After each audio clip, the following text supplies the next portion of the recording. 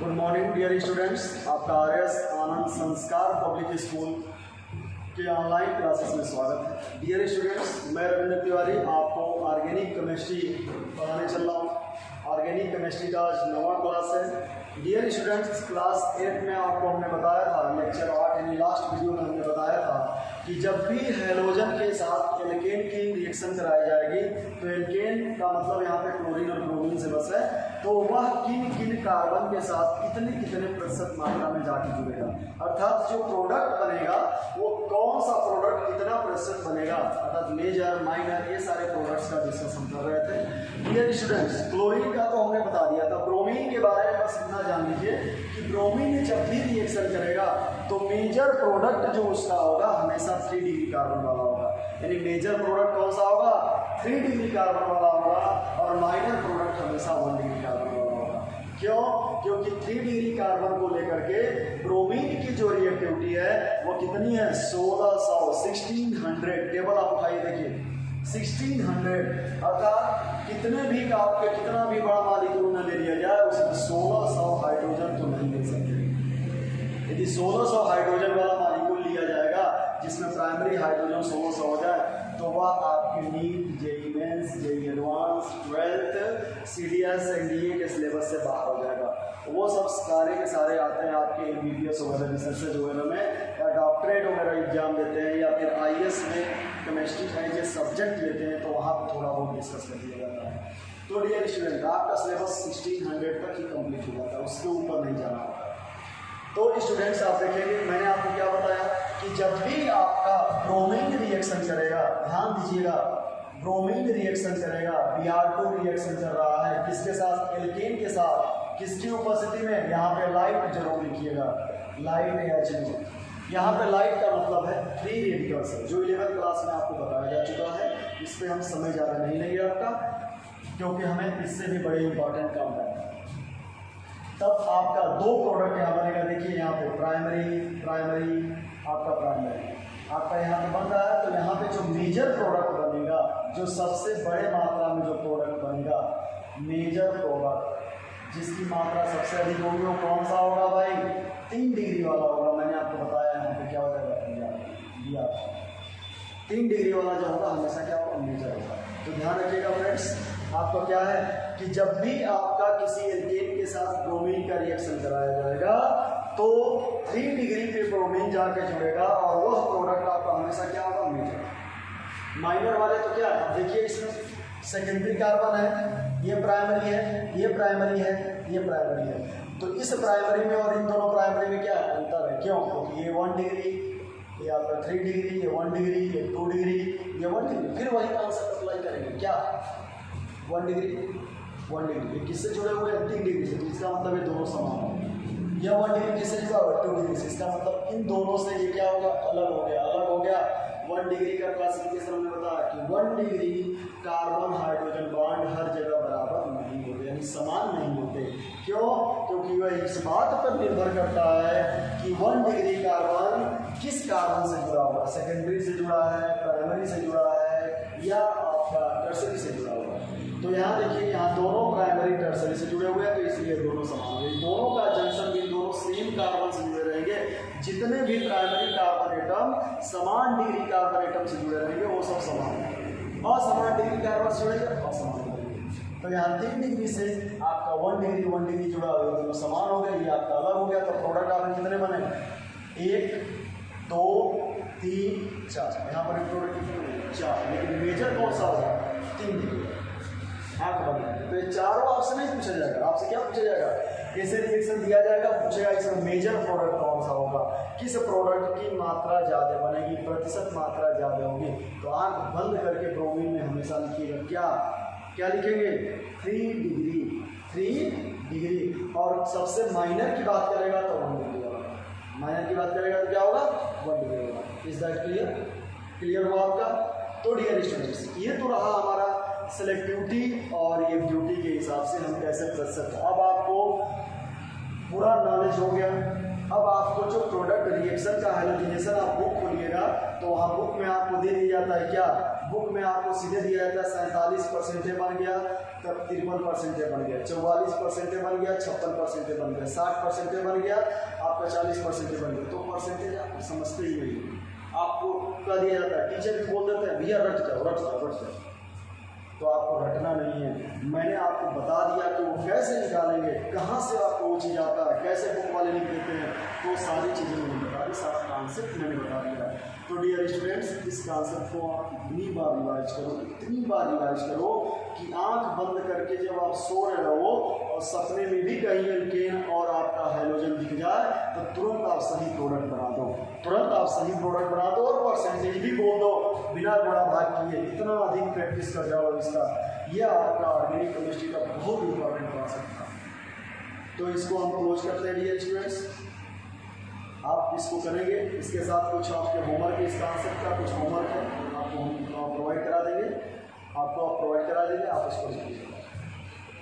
ठीक है, क्लियर हो गया, कॉन्सेप्ट क्लियर है, चलिए आगे बढ़ते हैं। एकदम क्लियर, एकदम अच्छे से क्लियर, इससे आसान तरीके से और नहीं समझाया जा सकता।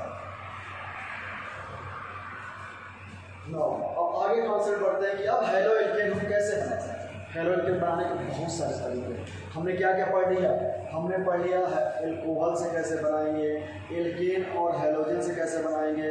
अब हम पढ़ेंगे एल्कीन और हैलोजन से, एल्काइन और हैलोजन से, और भी ढेर सारे तरीके। लेकिन डियर स्टूडेंट्स, उससे पहले हम क्या करेंगे, उसके पहले एक छोटा सा कॉन्सेप्ट क्लियर करेंगे। कार्बोकेटाइन कॉन्सेप्ट है, कार्बोकेटाइन,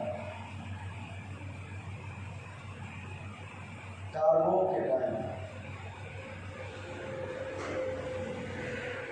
इसको हिंदी में भी आप कार्बोकेटाइन लिख सकते हैं, कार्बोकेटाइन या धनात्मक कार्बन इसको बोलते हैं, जो पॉजिटिवली चार्ज कार्बन होता है। डियर स्टूडेंट, आप देखिए कार्बोकेटाइन का फॉर्मेशन कैसा होगा। तो हमें पता है कि जब कार्बन आपका कोई भी बॉन्ड बनाता है, कोई भी यौगिक बनाता है, तो उस यौगिक में वो क्या करता है, उस यौगिक में उसके पास कितनी तरह के बॉन्ड हो सकते हैं, या तो सिग्मा बॉन्ड बनाएगा, या तो क्या बनाएगा, पाई बॉन्ड बनाएगा, या तो वो क्या कर देगा, दोनों बॉन्ड बनाएगा, सिग्मा और पाई। पाई बॉन्ड का जो नेचर होता है, पाई बॉन्ड सिग्मा बॉन्ड बनाएगा, सिग्मा बॉन्ड या पाई बॉन्ड, ध्यान दीजिएगा, सिग्मा बॉन्ड या पाई बॉन्ड। ये जो पाई बॉन्ड होता है ये बड़ा चमत्कारिक बॉन्ड होता है, बहुत ही चमत्कार करता है, ये रह के जो है बदलता है। इसका जो है स्वभाव जो है एकदम चंचल स्वभाव है, पानी की तरह, हवा की तरह और आग की तरह, क्योंकि आप लोग भी बड़े चंचल हो, आप लोगों की तरह ये भी जो होता है क्या होता है, चंचल है। अब आप कहोगे सर चंचल कैसे होता है, क्या करता है, यह जो होता है मूवेबल बॉन्ड होता है, यह मूवेबल बॉन्ड होता है, चलायमान होता है। क्या होता है, चलायमान होता है, चलायमान बंद होता है, याद रखिएगा, चलायमान बंद होता है। अब इस चलायमान बंद की वजह से क्या होता है, यौगिक की जो अभिक्रियाशीलता होती है वो बढ़ जाती है। क्या होती है, यौगिक की अभिक्रियाशीलता बढ़ जाती है, बढ़ा देता है। क्यों, क्योंकि जब आपके अंदर, आप सोचो, आपके अंदर कंसंट्रेशन नहीं बन रहा, आप कंसंट्रेट नहीं कर पा रहे किसी से, तो आप क्या करोगे, अलग अलग कार्यों में भाग लेने की प्रवृत्ति अभी क्या हो जाएगी, चंचल, जिसको कहते हैं कि ये भी कर लो, वो भी कर लो, ये भी कर लो, वो भी कर लो। पूर्णता मिले ना मिले दूसरी बात है, लेकिन आप सब जगह चाहोगे कि हम हर जगह करते हैं। सिंपल सी बात है, जो जैसे बच्चे देखो, छोटे बच्चे को आप लोग क्या करते हैं, कभी जो है रोने लगते हैं, कभी हंसने लगते हैं, कभी दौड़ने लगते हैं, कभी गिर जाते हैं, कभी मार खाते हैं, कभी मारने लगते हैं। वो तरह तरह की एक्टिविटी, वो थोड़े ही समय में बहुत सारी एक्टिविटी कर लेते हैं, चंचलता वही होती है। वही हाल यहाँ पाई बंद का होता है, वही हाल यहाँ पाई बॉन्ड का होता है। यह पाई बॉन्ड एक जगह जो है यौगिक को अस्थायी नहीं रहने देता है, यह यौगिक में क्या करता है, शिफ्ट करता है, कभी इस एटम पे आ गया, कभी इस एटम पे आ गया, कभी इस एटम पे आ गया, कभी इस एटम पे आ गया। तो एटम टू एटम, परमाणु टू परमाणु शिफ्ट होने की वजह से उस यौगिक की अभिक्रियाशीलता क्या हो जाती है भाई, बढ़ जाती है। यौगिक की अभिक्रियाशीलता क्या होती है, बढ़ जाती है। और इसी चलायमान प्रवृत्ति होने की वजह से ऑर्गेनिक कंपाउंड में, यानी दो कार्बन एटम के बीच में जब यह शिफ्ट करता है तो कार्बोकेटाइन और कार्बोएनाइन का निर्माण करता है। क्या करता है, कार्बोकेटाइन और कार्बोएनाइन बनाता है। तो डियर स्टूडेंट देखिए, वही कार्बोकेटाइन जैसे मान लीजिए ये कार्बन डबल बॉन्ड कार्बन हो गया।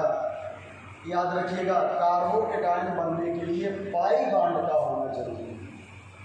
पाई बॉन्ड कहाँ मिलेगा? सबसे पहले पाई बॉन्ड सबसे छोटा बॉन्ड जिसमें पाई बॉन्ड हो उसको क्या होगा? Double bond. डबल बॉन्ड में एक पाई एक सिग्मा, ट्रिपल बॉन्ड में एक पाई, दो पाई और एक सिग्मा। मैंने आपको पहले भी एक चीज बता दिया है कि मल्टीपल बॉन्ड चाहे बंद कोई भी होगा उसमें सिर्फ एक सिग्मा होता है, बाकी सब क्या होते हैं? पाई। तो डबल में दो बंद है तो दो में एक सिग्मा और एक क्या है? पाई है। तो पाई वाला क्या है? चलायमान है, शिफ्टिंग है। तो या तो पाई इस पे शिफ्ट कर जाएगा तो क्या बना देगा?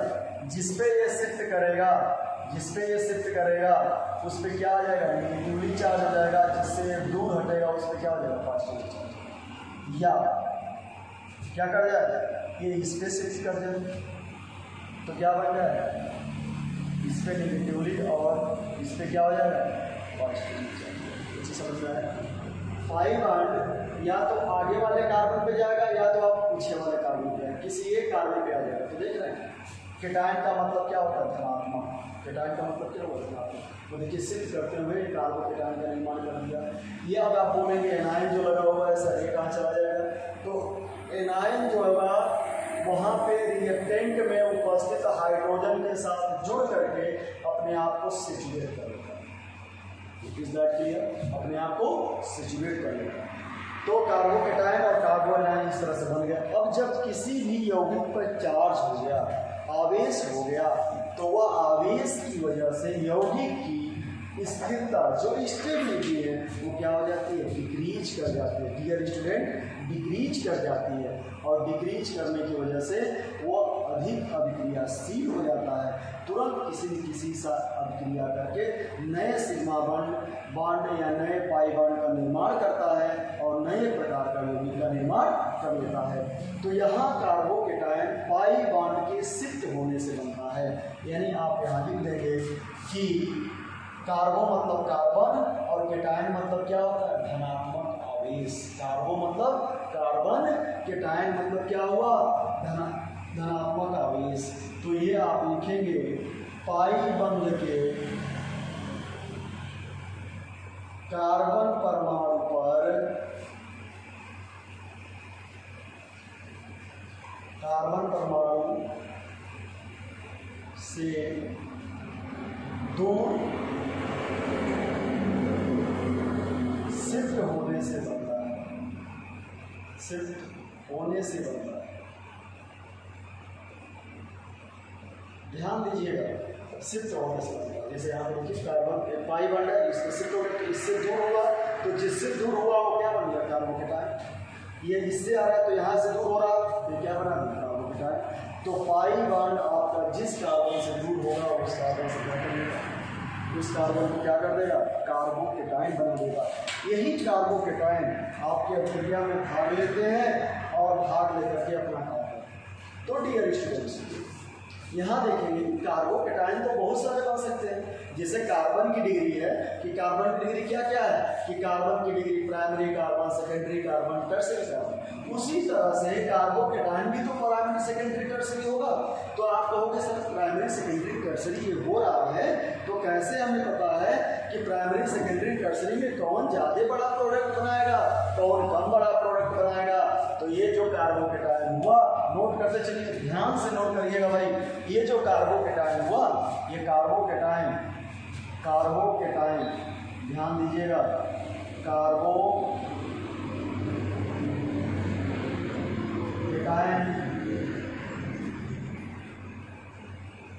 मुख्यतः 4 प्रकार के होते हैं। 4 प्रकार के होते हैं। ध्यान दिया, आपने समझा? पहले कार्बोकेटायन को समझ लीजिए कॉन्सेप्ट को। कार्बोकेटायन हमने क्या बताया है? तो डियर स्टूडेंट, कार्बोकेटायन हमने बताया कि जब 2 कार्बन परमाणु के बीच में डबल बॉन्ड हो, यानी डबल बॉन्ड में एक पाई एक सिग्मा होगा, तो पाई बॉन्ड किसी एक कार्बन को शिफ्ट कर देगा। तो जिस कार्बन से दूर ले जाएगा उस कार्बन पे धनात्मक आवेश आ जाएगा और जिस कार्बन पे जाएगा उस पर क्या आ जाएगा? ऋणात्मक आवेश आ जाएगा। तो यहाँ पे किसी की शिफ्टिंग 2 तरीके से हो सकती है। तो इधर पाई बॉन्ड चला जाए, एक इस पे चला जाए। जब इस पे चला जाएगा तो ये कार्बन कार्बोकेटायन हो जाएगा, जब इस पे आएगा तो ये कार्बन कार्बोकेटायन हो जाएगा। जिससे दूर जाएगा वही कार्बन क्या हो जाएगा, कार्बोकेटायन का निर्माण करेगा। अब कार्बोकेटायन जो बन रहा है डियर स्टूडेंट, ये कितने प्रकार के हो सकते हैं, 4 प्रकार के। कितने प्रकार के, 4 प्रकार।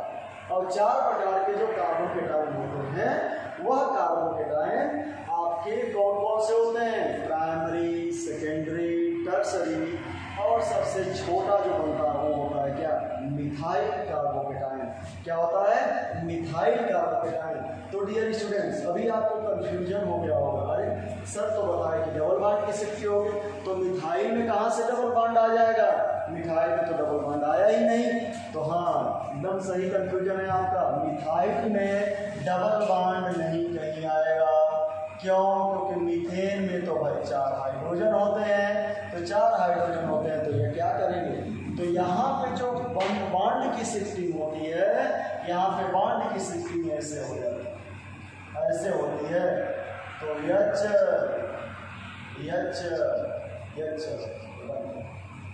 बन गया, और ये जो है हाइड्राइड आयन बना देता है। क्या बनाता है, हाइड्राइड आयन बना देता है। तो ये मिथाइल कार्बोकेटायन हो गया डियर स्टूडेंट। तो मिथाइल कार्बो तो 4 प्रकार के हो गए। अब इसको मैं मिटा के आप लोग नोट कर लीजिए, नोट कर लिए हैं आप सब लोग, चलिए ये डिफिनीशन नोट करते चलिए। बहुत अधिक मैकेनिज्म में इसके अंदर नहीं जाना है। क्यों नहीं जाना है, क्योंकि उससे हमें बहुत फ़ायदा नहीं है। हम वही करेंगे जो हमारे समय का मैक्सिमम यूटिलाइजेशन है, आउटपुट प्रोडक्टिव टाइम हमें खर्च करना है डियर स्टूडेंट। टाइम कम है, सिलेबस पूरा पढ़ना है, तैयारी अच्छी करनी है, तो प्रोडक्टिव पढ़ाई होनी चाहिए, प्रोडक्टिव पढ़ाई होनी चाहिए। तो कार्बोकेटायन जो आपका होगा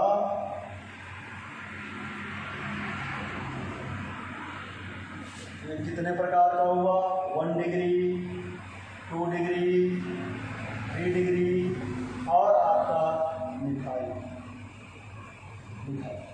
राइट, 1 डिग्री, 2 डिग्री और मिथाइल हुआ। अब आप बोलोगे sir 1 degree carbocation, 2 degree carbocation, 3 degree carbocation से मतलब क्या है, मतलब ये हो गया केटायन मतलब क्या हुआ भाई, मैंने आपको बताया धनात्मक आवेश, धनायन, क्या हुआ, यानी धनात्मक आवेश। जब प्राइमरी कार्बन पे धनात्मक आवेश होगा तो उसे 1 डिग्री केटायन कहेंगे। जब सेकेंडरी कार्बन पे आपका धनात्मक आवेश होगा तो उसे 2 डिग्री कहेंगे। जब टर्सरी पे होगा तो उसे 3 डिग्री कहेंगे। और जब मिथाइल पे होगा तो उसे क्या है, मिथाइल कार्बोकेटायन। जैसे आपका 1 डिग्री का मतलब क्या होगा डियर स्टूडेंट, एक एल्काइल ग्रुप जुड़ा रहेगा। क्या जुड़ा रहेगा, एक एल्काइल ग्रुप जुड़ा रहेगा, तो ये क्या बन जाएगा, 1 डिग्री बन जाएगा। 2 डिग्री का मतलब क्या हो जाएगा, 2 एल्काइल ग्रुप जुड़ा रहे तो ये क्या बन जाएगा, 2 डिग्री। 3 डिग्री का मतलब क्या हुआ, 3 एल्काइल ग्रुप, 3 एल्काइल ग्रुप जुड़े रहेंगे तो क्या बन जाएगा, मिथाइल का मतलब क्या हुआ, कोई भी एल्काइल ग्रुप में जुड़ करके सीधे हाइड्रोजन जुड़ा। ध्यान दीजिए, यही है आपके, यह आपका 1 डिग्री है, यह आपका 2 डिग्री है, यह आपका 3 डिग्री है, और दिस इज मिथाइल कार्बोकेटायन। तो डियर स्टूडेंट, ये आप सोच रहे होंगे कि 1 डिग्री, 2 डिग्री, 3 डिग्री कार्बन की जो डिग्री है मैं पहले वीडियो में बता चुका हूँ, तो यहाँ हम टाइम वेस्ट नहीं करेंगे, हम सीधे काम करेंगे। अब इनमें देखेंगे, इनमें हमें ध्यान देना है कि स्टेबिलिटी किसकी स्टेबिलिटी, यानी कौन अधिक रिएक्टिव होगा, कौन, क्योंकि देखिए जो जैसे जो यहाँ पे अभिक्रियाशीलता के साथ साथ स्टेबिलिटी का भी होना जरूरी है। यदि बहुत ज़्यादा अभिक्रियाशील हो जाएगा, अति अभिक्रियाशील, तो सेलेक्टिव भी नहीं होगा भाई, ये तो मैं आपको बता चुका हूँ कि सेलेक्टिव नहीं होगा तो अभिक्रिया में कैसे पार्टिसिपेट करेगा, उससे बनने वाला प्रोडक्ट कैसे आप जानोगे कि अस्थायी है कि अस्थायी है। तो जो जितना अस्थायी कार्बोकेटायन होगा, जिसके अंदर अस्थायित्व तो प्राप्त करने की प्रबलता ज़्यादा होगी, उससे बनने वाला प्रोडक्ट भी क्या हो जाएगा, अस्थायी होगा। उससे बनने वाला प्रोडक्ट भी क्या होगा, अस्थायी होगा।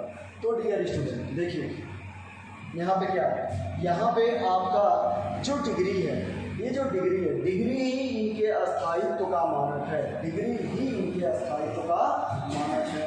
अस्थायी कैसे भाई, अभी हमने आपको थोड़ी देर पहले बताया कि क्या कि जिसके ऊपर आवेश होता है उसका अस्थायित्व क्या हो जाता है, कम हो जाता है। यहाँ पे सबके ऊपर आवेश है तो अस्थायित्व कैसे बता दिए। तो यहाँ पे कार्बोकेटाइन की जो स्थिति है, ध्यान दीजिएगा, कार्बोकेटाइन को नोट करते चलिएगा। ये सारी चीजें आपको अस्थायित्व, इनका जो अस्थायित्व होता है एल्किल ग्रुप की वजह से होता है। इसकी वजह से एल्किल समूह की वजह से होता है, एल्किल समूह की वजह से होता है, एल्किल समूह की वजह से होता है, समूह की वजह से होता है, क्योंकि यह कार्बन पर उपस्थित रीजन, ध्यान से देखिएगा भाई, एक्सप्लेनेशन कॉन्सेप्ट क्लियर करिए, रखिएगा नहीं कि एल्किन समूह ज्यादा है तो अस्थायी है। कोई पूछ दिया क्यों है भाई, तो आप क्या जवाब दोगे, तो बस वैसे कहोगे कि हाँ है। जैसे आजकल सब लोग कहते हैं सरकार क्या कर रही है, तो बहुत कुछ कर रही है, क्या कर रही है पता नहीं, उसी तरह से आप होगा। क्यों अस्थायी होता है एल्किन समूह की वजह से, तो पता ही नहीं रहेगा भाई। तो पता नहीं रहेगा तो क्या करोगे, आप बता नहीं पाओगे। कॉन्सेप्ट तब रटना पड़ेगा, रटना नहीं, सीखना है, समझना है। क्योंकि यह कार्बन पर उपस्थित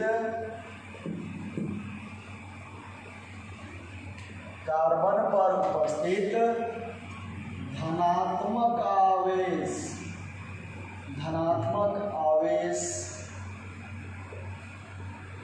की सांद्रता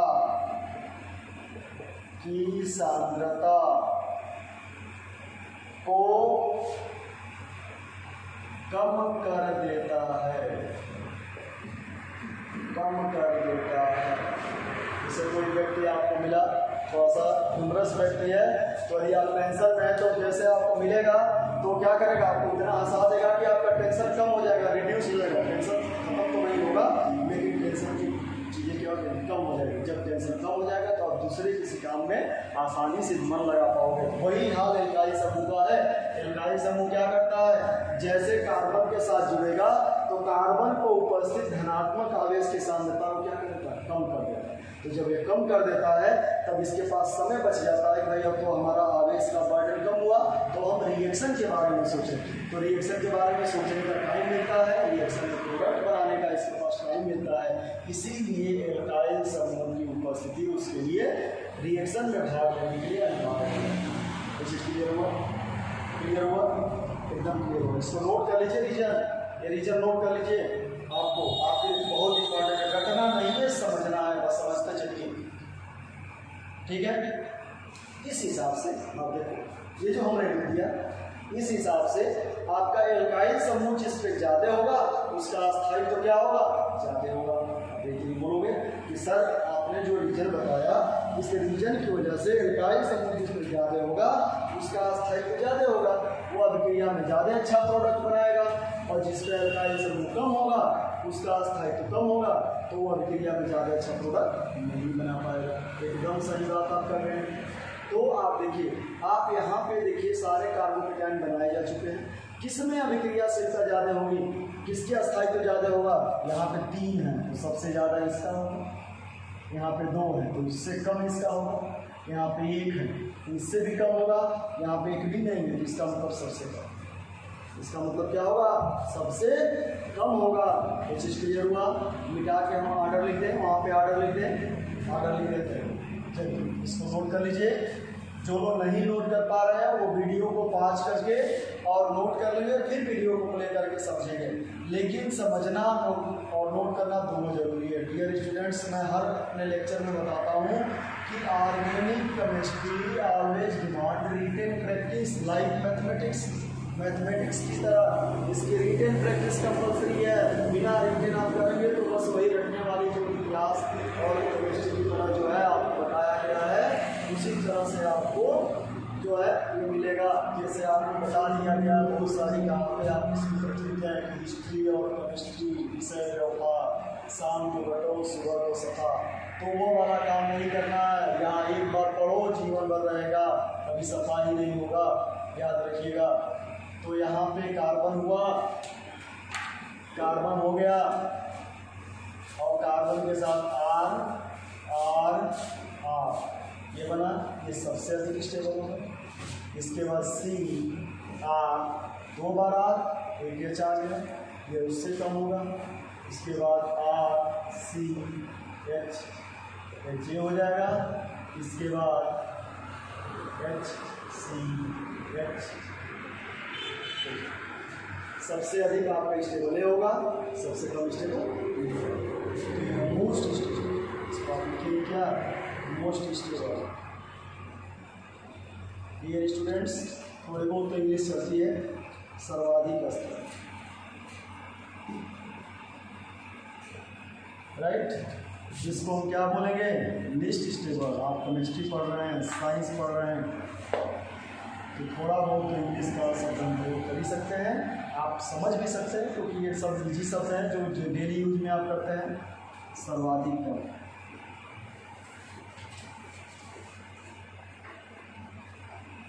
सर्वाधिक कम, ये चीज क्लियर हुआ। सर्वाधिक कम समझ में आ रहा है? आ रहा है। अब कार्बोकेटाइन की स्टेबिलिटी समझ में आ गई आपके, कार्बोकेटाइन समझ में आ गया। अब डियर स्टूडेंट, आप बोलोगे सर ये कार्बोकेटाइन आपने बताया क्यों, कार्बोकेटाइन से क्या लेना देना है? तो डियर स्टूडेंट्स, कार्बोकेटाइन से आपका लेना देना ये है कि अब हम जो अगला हैलो एल्केन बनाएंगे वह कार्बोकेटाइन से संबंधित है, कार्बोकेटाइन से संबंधित। इसको नोट कर लीजिए, नोट करिए, जल्दी से नोट करिए।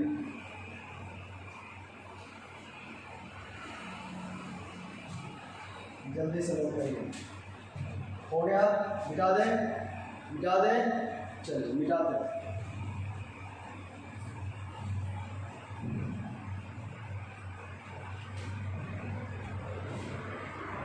समझ में आ गया ना? समझ में आ गया?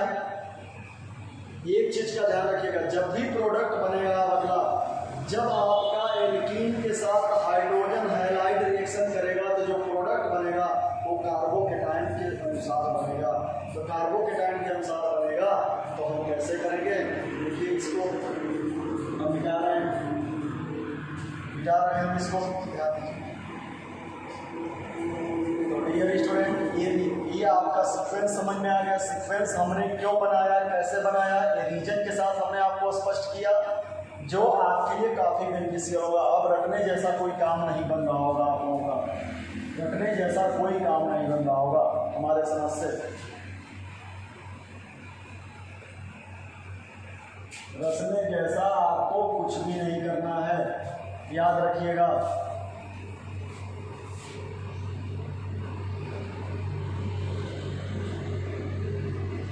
रटने जैसा कुछ भी काम नहीं करना है, रटने जैसा कुछ भी काम नहीं करना है। आपको हर चीज़ लॉजिकली समझना है, लॉजिकली उसका प्रयोग करना है, तब आपका ऑर्गेनिक केमिस्ट्री का एक अच्छा सा कॉन्सेप्ट बन होगा, जिसको हम लोग, जिसका हमारा टारगेट है कि हम आपको ऑर्गेनिक केमिस्ट्री ऐसी सिखा दें कि फिर आपको जीवन में कभी ना भूले। तो डियर स्टूडेंट, अब हम पढ़ेंगे हैलो एल्केन फ्रॉम एल्कीन। देखिए अभी हमने देखा था एल्कीन, एल्कीन शब्द का मतलब क्या होगा, इसका जनरल फार्मूला क्या होता है, 11th क्लास में पढ़ा था आप लोगों ने। जल्दी बताइए, बताइए क्या होगा। हाँ, आप बोलेंगे CnH2n, राइट। जितना कार्बन होगा उसका डबल क्या होगा, हाइड्रोजन होगा। जितना कार्बन होगा उसका डबल हाइड्रोजन होगा। फिर आप बोलोगे सर इसका क्या मतलब है, तो मैंने आपको अभी पीछे कार्बोकेटाइन में बताया कि कार्बोकेटाइन कब बन रहा था, डबल बॉन्ड में पाई बॉन्ड के शिफ्ट होने से। तो एल्कीन का मतलब क्या हो गया, एटलीस्ट 1 डबल बॉन्ड होगा। कहाँ, कार्बन और कार्बन के बीच में होगा। तो कार्बन और कार्बन के बीच में एक डबल बॉन्ड होगा, तो वहाँ आपको क्या मिल जाएगा, पाई बॉन्ड मिल जाएगा। उसके शिफ्टिंग से क्या हो जाएगा, कार्बोकेटाइन आपका बन जाएगा। और जब कार्बोकेटाइन बन जाएगा तो आप अपने आराम से कर लेंगे। क्लियर हो? तो देखिए एल्कीन से हैलो एल्केन का निर्माण, एल्कीन से हैलो एल्केन का निर्माण तो आपको हम बता दें एल्कीन से जब भी आप हेलो एल्केन का निर्माण करते हैं तो डियर स्टूडेंट एल्कीन की अभिक्रिया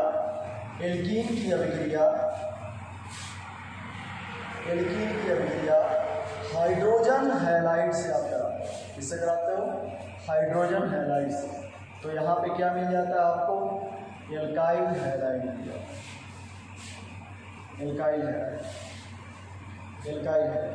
ये मिल जाता है। ये चीज़ हम पढ़ना।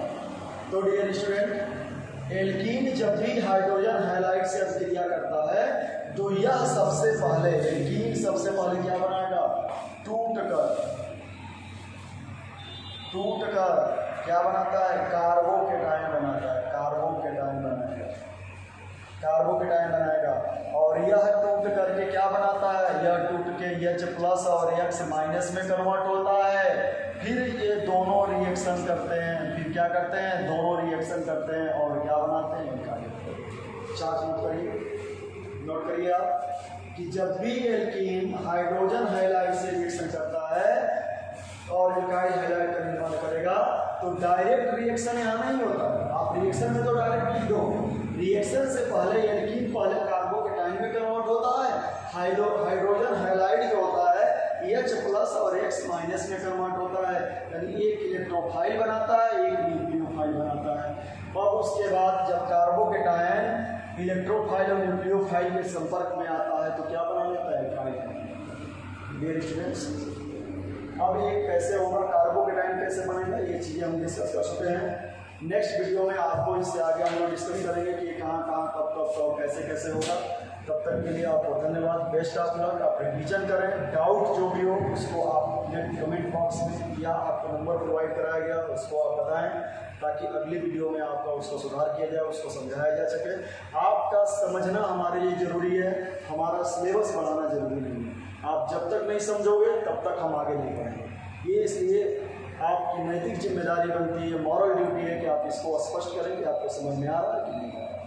तब तक के लिए